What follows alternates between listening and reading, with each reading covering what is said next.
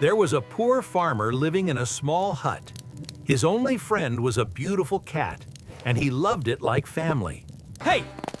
Stop right there! Give that back! Let go! It's my cat now. Get him out of here! He doesn't belong in this village! We're safe now, my little friend. Let's go home. Please subscribe to our channel for more funny videos.